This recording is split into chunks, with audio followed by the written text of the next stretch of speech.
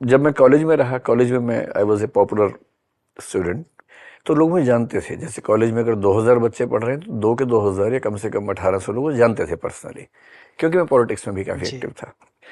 तो वहाँ हमारा गैंग बना हुआ था, उसमें लड़कियां भी थी लड़के भी थे, तो हम काफ़ी कंफर्टेबल थे। रोज़ रेस्टोरेंट में जाके बैठना, कुछ खाना पीना, डिबेट्स में जाना, वहाँ मैं काफ़ी कंफर्टेबल हो गया था। लेकिन हाँ, कॉलेज के टाइम तक भी कहीं कहीं वो, जिसको मिसोजिनी कहते हैं, वो जी। खत्म तो नहीं हुई थी, मैं ये कहूँगा, दिमाग में कहीं ना कहीं रहता था।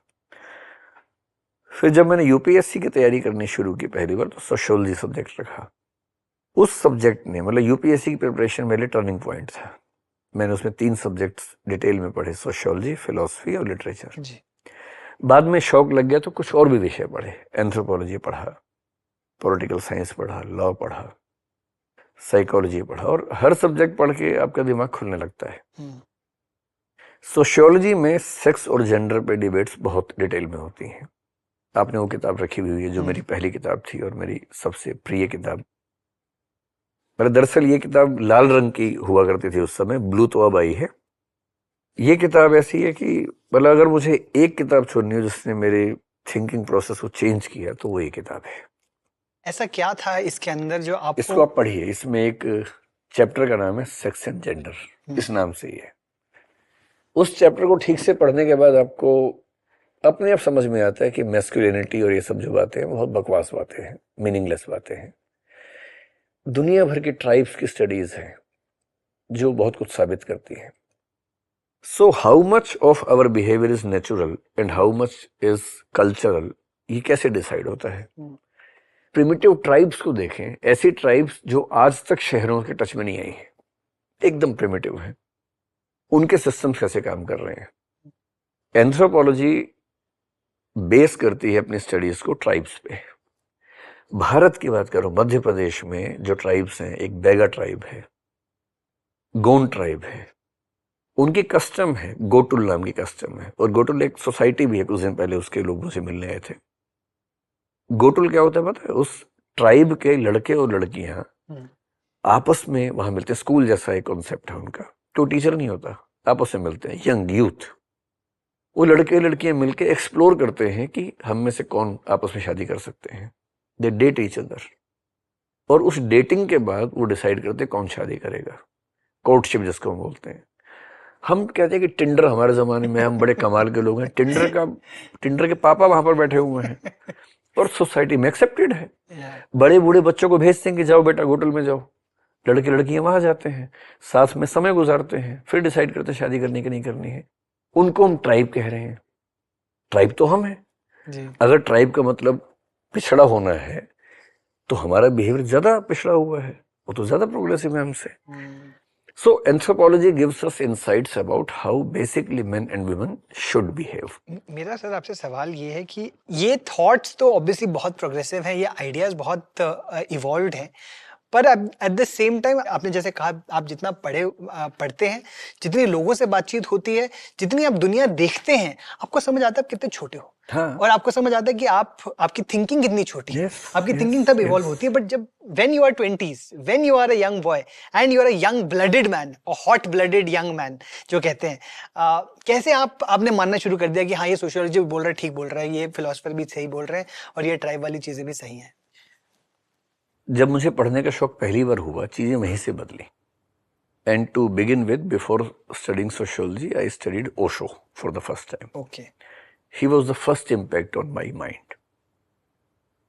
मैं लॉजिकल बचपन से रहा हूं क्योंकि मैं डिबेटिंग में था। So if you tell me something which has a logic, which I can't refute, I will accept you. मैंने डिबेटिंग में ये भी सीखा कि अगर आप गलत हो तो भी हार मान लो। You have not to prove yourself even when you are wrong. When I read Osho, Osho में क्या कि ओशो आपका दिमाग खोल देते हैं। ओशो के लॉजिक्स बड़े इंटरेस्टिंग है, आर्गुमेंट्स बड़े इंटरेस्टिंग है, but there are some contradiction, क्योंकि उन्होंने लिखा नहीं, सिर्फ बोला। और उसमें जब आप 20, 30, 40 साल तक बोलते रहेंगे तो कई चीजें आपस में कॉन्ट्राडिक्ट करती हैं। पर ये तो एक सिस्टमेटिक स्टडी है सोशियोलॉजी। जब इसमें पढ़ा सेक्स एंड जेंडर दो अलग चीजें, और जैसे ही उस एक पेज को पढ़ा मुझे लगा कि ये तो अब तक गधे बने हुए थे हम तो। अब समझ में आया। और वो ये बताता है कि जो आदमी औरत के डिफरेंसेस हैं सोसाइटी में, उनमें से कम 80-90% they have nothing to do with the nature और द बायोलॉजिकल डिफरेंसेस। ये बायोलॉजिकल डिफरेंस है कि बच्चे को जन्म औरत देगी, उसको दूध मां पिलाएगी, इन दो के अलावा बायोलॉजिकल डिफरेंस ऑलमोस्ट जीरो है। घर के अंदर का काम औरत ही करेगी, ये बायोलॉजिकल नहीं है। करेक्ट। प्रॉपर्टी वाले काम, पावर वाले काम, पॉलिटिक्स में मेल रहेगा, एकेडमिक्स में मेल रहेगा, ये बायोलॉजिकल नहीं है, ये कल्चरल है। And gender is the cultural construct. इसलिए a good feminist would always say the gender differences which are illogical, which are cultural, that have to be eliminated. उनको ठीक करने की जरूरत है और हमें अपने आसपास कोशिश करनी चाहिए कि इन चीजों को थोड़ा रिड्यूस करें, ना कि बढ़ाएं। आसपास जब लड़कियों के साथ आपकी जो फ्रेंडशिप होनी शुरू हुई, ये नॉलेज से आपकी फ्रेंडशिप्स कैसे इवॉल्व हुई? आपकी understanding of women around you किस तरीके से, आपके बिहेवियर, आपकी दोस्तियां गहरी हुई या फिर चेंज हुई? देखिए, इस दुनिया में ना औरत होना बहुत मुश्किल काम है। आदमी होने के बहुत सारे अवैध फायदे हैं जो हमें मुफ्त में मिले हुए हैं। अगर ईमानदारी से समझ लें तो समझदारी है, नहीं तो लठैती करने में तो कोई दिक्कत है नहीं। मुझे हर महीने 5 दिन पीरियड्स नहीं झेलने पड़ते हैं, तो मेरी जिंदगी का 16.6% टाइम बच गया जो उनका नहीं बचा। मुझे बच्चा पैदा करने के लिए जो मेरी भूमिका है वो केवल कुछ मिनट की है। मुझे 9 महीने बच्चा पेट में पालना नहीं है, उसके बाद अगले कुछ साल तक उसको दूध नहीं पिलाना है, तो मेरी जिम्मेदारियां बहुत कम है। मैं मौज मस्ती कर सकता हूं, जितनी चाहूं कर लूंगा। बच्चा ठीक से नहीं पढ़ेगा, ठीक से नहीं बढ़ेगा, तो मुझे कोई दोष नहीं देने वाला है। दोष पूरा वाइफ का आएगा, क्योंकि ये मान लिया गया कि नर्चरिंग करना उन्हीं का काम है। ऐसी हजारों चीजें हैं। और जैसे ही आपको रियलाइज होता है कि अरे यार, सिर्फ एक वाई क्रोमोसोम से बच गया मैं, तो आपको इतना सेंसिटिव होना चाहिए कि जो नहीं बचा, आप एम्पैथी कम से कम रखें और समझें कि अगर उसको 5 दिन परेशानी होती है तो वो परेशानी केवल उसकी जिम्मेदारी नहीं है, वो पूरे समाज की जिम्मेदारी है। And I am very lucky to change my thoughts to maximum possible extent. तो मेरी जो फ्रेंड्स हैं कॉलेज के ज़माने की, अच्छी फ्रेंड्स हैं, हमारी बढ़िया बातें होती हैं, और हम लोग मतलब सेक्सिज्म हमारे बीच में कभी नहीं आता, स्टीरियोटाइपिंग जेंडर की नहीं आती है। हम लोग अभी बैठते हैं कॉलेज के दोस्त, खुल के बोलते हैं अपनी बात, और उस समय पता है कि कोई जजमेंटल वहां पर नहीं होने वाला है, खुल के अपनी बात करते हैं।